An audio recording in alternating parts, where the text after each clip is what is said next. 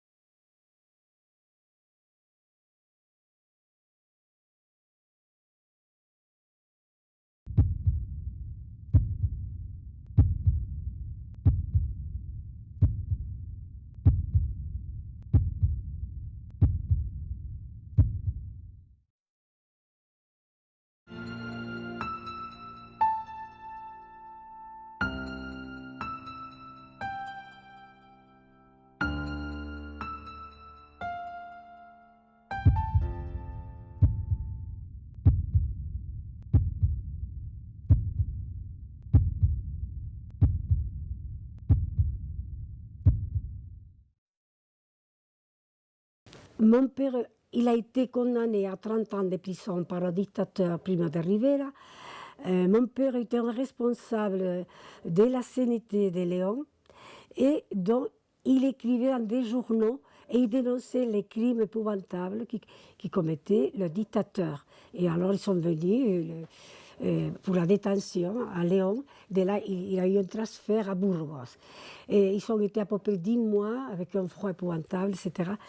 Et ils se sont évadés de la prison vers la France. Ils sont passés une rivière, c'est-à-dire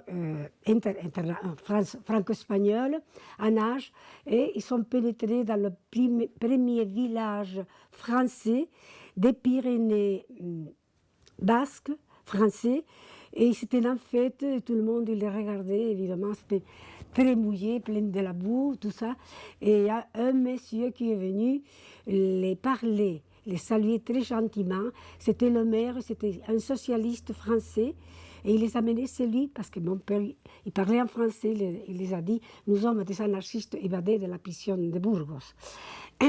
Et donc, voilà, il les a accueillis, ils ont été une journée, laver, nourrir, c'est des choses qui...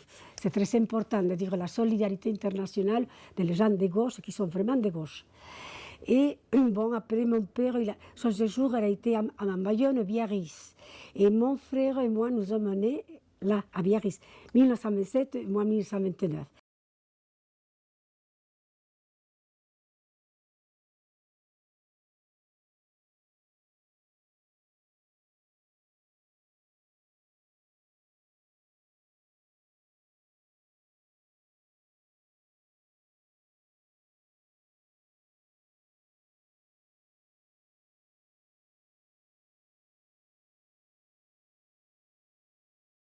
Et quelque chose, pour nous, c'est important.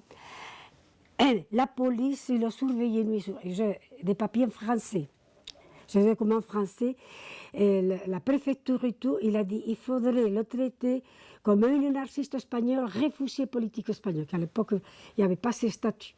Et ça, c'est écrit dans des papiers que je peux vous faire voir. Donc, il faisait des réunions, c'est mon père, après le travail dans la nuit, et la police surveillait ça. Mais il dit c'est un monsieur qu'il a des enfants, mariés en Espagne, bon père de famille, c'est écrit ça, et correct. Voilà, mais c'était l'idéologie. Mais surveiller, ils ne touchent pas. Mais surveiller nuit et jour, nuit et jour. Et toutes les relations qu'il y avait avec autre réfugié très important politique à Perpignan, qui était de Valence, un grand anarchiste que Franco il a assassiné. Okay. Mais une petite anecdote. Il y avait une manifestation à Bordeaux pour Sacco Vanzetti, deux anarchistes italiens qui ont été assassinés injustement, hein, et innocemment. Et il y a toute la France, même en Espagne, dans le monde, des manifestations. Mon père, il était là pacifiquement. Il ne savait pas qu'il ne pouvait pas prendre la parole. Je le savais. Mais ils l'ont emprisonné là. Ah oui, emprisonné et à Bayonne, à la prison de Bayonne, comme un délinquant. Ils l'ont battu horriblement et textuellement il dit « Sale anarchiste espagnol, on va t'expulser pour que Primo de Rivera te coupe la tête. » Mais attention, mon père il travaillait à Viary, il faisait la fonction comme d'architecte pour je crois que c'était un juge à Viary. Et ils se connaissaient depuis plus de 2 ans. Et à mon père, il estimait, vous voyez, l'homme qui était. Hein, une grande personne, un intellectuel, internationaliste, une personne très humaine.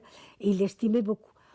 Et ma mère est allée en pleurant qu'il ne pouvait pas y aller travailler parce qu'il dirigeait des villas. Bon, il venait à la prison de Bayonne, il les a dit un discours épouvantable à la prison. Que c'était un honorable citoyen espagnol et que personne n'a jamais lu tout, ce qu'aucun d'eux est arrivé à la cheville. Et il paraît qu'il a sorti de là, jamais on l'a touché.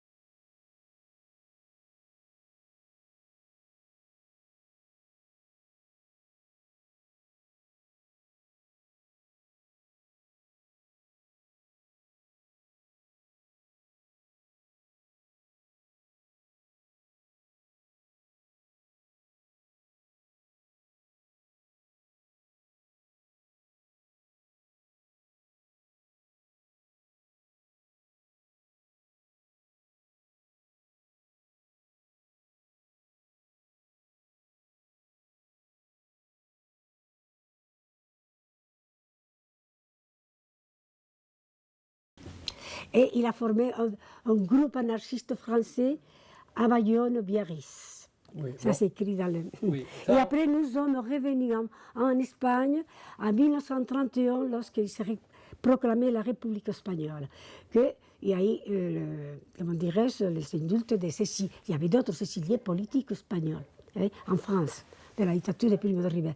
Il n'a pas été comme Franco, mais il a été assez terrible. Bien, mon père, évidemment, était un citoyen de Léon, et on révoltait de l'injustice qui voyait en Espagne, et un type intellectuel, on a dit que c'était un génie. Je pense aussi, mais il y a beaucoup qui l'ont dit, ça. Hein? Et donc, il a travaillé premièrement parce qu'il venait d'une famille, 7 curés, dans la famille de mon père, instituteurs et professeurs, conservateurs, comme c'était Castille à l'époque. Et il faut dire, bon, mon père, il est parti, il est d'origine d'un village d'ici, Villa Martín de Don Sancho. Et il est parti, premièrement, il a travaillé 6 mois dans les mines. Hein? Et après, il travaillait, il étudiait à l'université d'Oviedo pour l'architecture, qui n'a pas achevé. Il n'a pas pu avoir le diplôme à cause qu'il était tout le temps en prison, en exil, caché. Il a été toujours comme ça. Il a pu devenir la guerre civile. en quelle année il a créé le... Le groupe de la Faille, il a commencé à le former en 1916. Et la CNT 1919. Et après, à l'AIT, bon, ça se formait tout. Il était responsable de la CNT. Oui, on appelait alors le président. Maintenant, on appelait ça, jusqu'à 1936, on appelait le président des syndicats, on les appelait comme ça.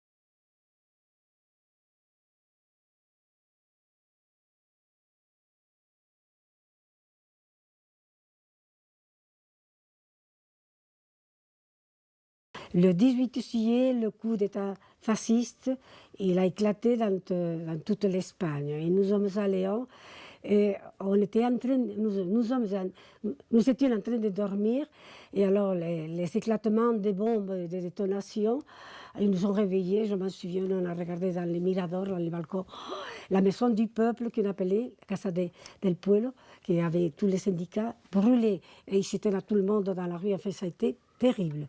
Et le 19 juillet, ça c'est l'histoire qui le dit, il dit le président de la CNT avec d'autres responsables, ils sont allés gouverneur de Léon, qui était socialiste, pour demander des armes pour répondre à ces coups d'État. Et ça, il fallait dire beaucoup de choses. Les socialistes de pays sont responsables aussi, qui ont gagné au départ la guerre. Ils se sont mis à donner des armes au peuple. C'est l'histoire, tout le monde le sait. Les fascistes, ils sont rentrés dans le palais du gouvernement civil pour les assassiner. Mon père et d'autres se sont évadés. Il dit l'histoire, comme ils sont plus des souterrains, et au gouverneur, ils l'ont assassiné là. Qui s'est mis à donner les armes. Et alors, ils sont venus des Asturies et del Bierzo, tout. Il y a eu une tuerie de 24 000 républicains. Et donc, s'ils leur auraient donné les armes, ils auraient évité beaucoup de choses. Et donc, de là, le 19 juillet, il dit l'histoire, mon père et Largo Caballero, qui était à Léon, parce que sa mère était mariée d'ici, ils sont appelés à Radio Léon, de se lever le peuple. Le peuple était de la République, le peuple qui s'élève contre le coup d'État franquiste.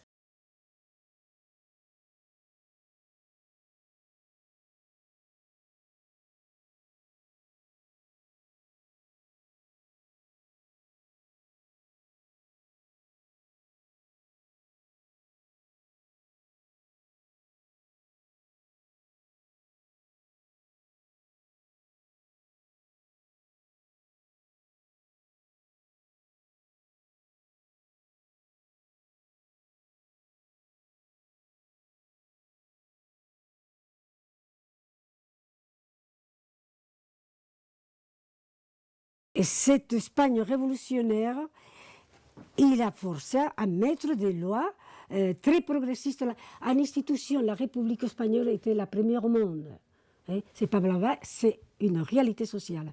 La femme a l'égal de l'homme, le vote et l'école, comment on dit, non sexiste, garçons et filles tous ensemble, toutes les écoles. De ça de 1931. Espagne laïque, mais vraiment laïque. Et donc, la femme a l'égal de l'homme dans les lois, la première au monde, et dans l'école mixte, première au monde. Et les lois en institution, Espagne était la première au monde. Seulement, la République, il a duré très peu, et on a tout fait, on n'a pas pu se faire... mais en 1936, qui avait éclaté la guerre, la première femme ministre au monde, qui était une anarchiste, Federica Montseny, de Barcelone, la première au monde, ministre de la Santé, on a légalisé l'avortement. Le premier pays au monde, en 1936, cette femme. Cette femme était un cerveau parce que ses parents, c'était des grands intellectuels et des grands écrivains, professeurs anarchistes, mère et père, et des grands écrivains qui sont morts en exil, en France. Elle est morte en exil. Et donc en France, Frédéric, c'est très important cette femme, c'est une figure d'Espagne et d'Europe. Elle est allée dans les camps de concentration. Sa mère, elle rentre en mourant. Son père a un autre camp, qui avait mon âge maintenant, à un autre camp. Son compagnon a un autre. Elle avait 2 enfants. Donc, la droite française, elle est venue pour la mettre en prison. Il a fait 5 prisons en France, qu'elle était enceinte. Et la Gestapo aussi, derrière elle. Et ils savaient qu'il était rouge, mais pas qu'il était anarchiste, mais qu'il avait été ministre. Parce que Franco, il l'a sollicité pour la garrotter. Et c'est les socialistes pour la France libre du Nord qui l'a mis un faux nom français à Frédéric Montseny, et il a peint les cheveux en blanc, et heureusement avec ça, il a eu la vie sauvée. C'est très important, parce et on l'invitait très, très régulièrement à la télévision française, Madame Montseny, ministre de la République espagnole, la première au monde. Et là, mon père, il a été commandant du bataillon 206, mais on appelait le bataillon 6. Et que l'histoire lui dit, j'ai entendu ça à mon père, et c'est une histoire, c'était tous des anarchistes. Et ça a été le plus vaillant, le plus conquérant de tout le nord de l'Espagne. L'État, le gouvernement républicain, il les a félicités, comme on dit, il les a félicitations. 3 fois dans un an, il a dit que c'était... Et alors quand il venait mon père, il ne voulait pas de cette toile, il était un milicien. Et la même paye que les miliciens. Le reste pour la République. Il n'y a pas beaucoup qui ont fait ça, même de gauche. Et il venait, il dit, qui c'est le commandant ici? Et alors, quand mon père dit, sérieux, je riais, qu'on n'avait pas vu un commandant si digne, si simple et si courageux. Parce qu'il a gagné, ça vient en internet de la France, tous des terriens. Et il y a beaucoup de chansons populaires aussi à lui, qu'il a fait le peuple.